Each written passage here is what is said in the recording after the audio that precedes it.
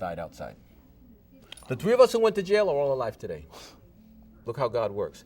Anyway, I keep on saying make a long story short, but I love being able to just do this. And I started with the Last Poets. Okay. I come out of jail. I'm looking for a job.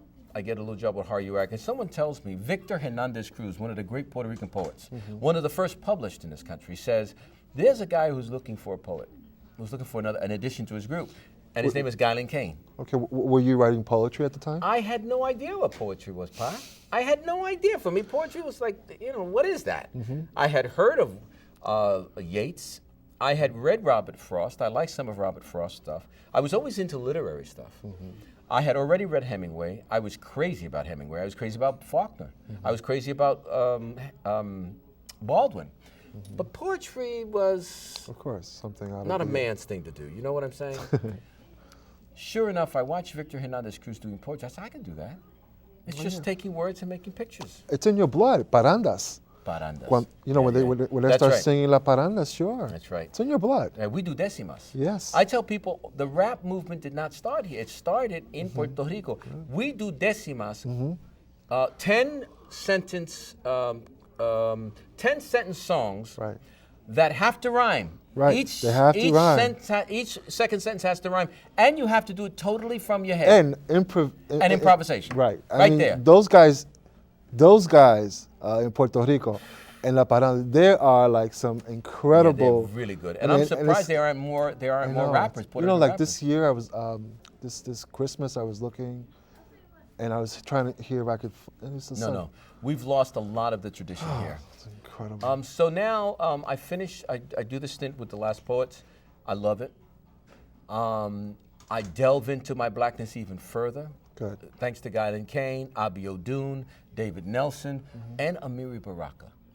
Oh. I fall in love with this man. He is my mentor. He is my brother, my friend, and Guyland Kane. And so between all of those guys, I begin to develop a sense of myself. I start teaching political science because I now go to Queens College. I find out I have a brain, which I didn't know before.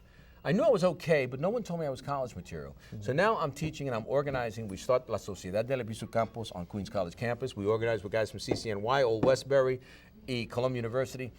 Y una arroz con habichuela, we end up with the Young Lords. We go to Chicago. We figured that we cannot continue talking academically and pedagogically about revolution. We had to apply ourselves. And so we left school, which to this day I'm wondering if I did the right thing, because we left school and we formed a chapter of a gang that evolved or originated in Chicago that turned into a political organization led by Cha-Cha Jimenez, who I still am in communication with. Okay. So we become the Young Lords organization, I become chairman, and the rest is pretty much history. What about Yoruba? Pablo came out of Bronx High School of Science. Yeah. Pablo came out of Bronx High School of Science, a pretty middle-class kid. His father was Cuban, his mother was Puerto Rican. It's that kind of mixture. Or his father was Puerto Rican, his mother's Cuban. I don't know which one it was. Couldn't do one push-up. I mean, he had thin wrists. Okay. Charming, wonderful. I mean, first of all, we had an array of talent in the Young Lords that had to be heaven sent. Right. Because had it not been for the brain power in that group, we would not have survived. Pablo's gift is the art of manipulation of media. Pablo could get press and cameras there immediately. He had worked out a relationship with the press. For example, he was pro-union. So if there was a non-union crew, he would say, you couldn't come into our meetings.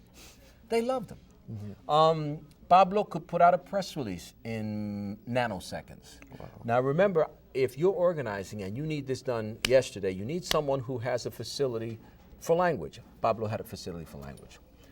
He may not have been the toughest guy in the world, which I used to get mad at.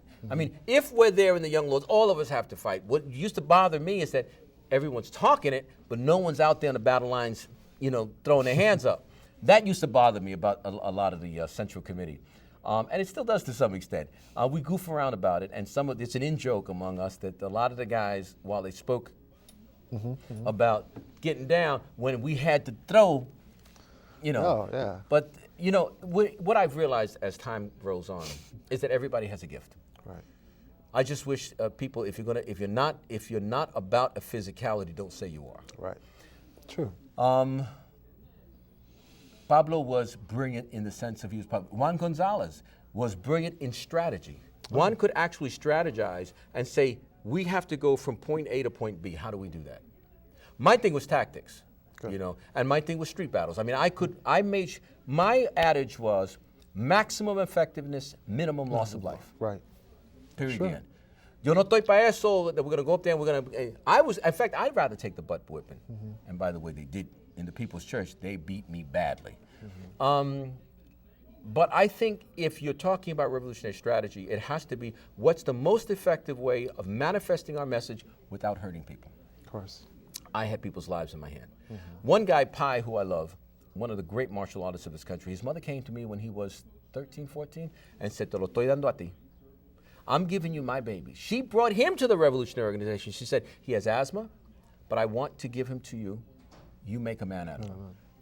It was, that's the kind of love the community had for us. Huey, one of the great martial artists in this country, he studied under Fujao Pai, which is Tiger Claw. Just tremendous guys. Abdul Musawir, who used to be called Monroe Marrow, taught most of our guys. We ended up meeting Louis Delgado, Chaka Zulu, Ronnie Van Cleef, who's my friend. Chaka and Ronnie are my friends to this day. This is 35 years that I know these guys, who are from the Goju, American Goju, led by Peter Urban, who I studied under. Very close to Ronnie. And my heart is Huey Cambreleng, one of the few Puerto Ricans who is probably, in terms of Tiger Claw, one of the finest in the country. Oh, wonderful. I mean, he could just, so we put together a 13-point program based on the Panthers' 10-point program, and we began to attack those institutions which we felt were oppressing us. Yeah, there were many. There were several. Yeah, there were many.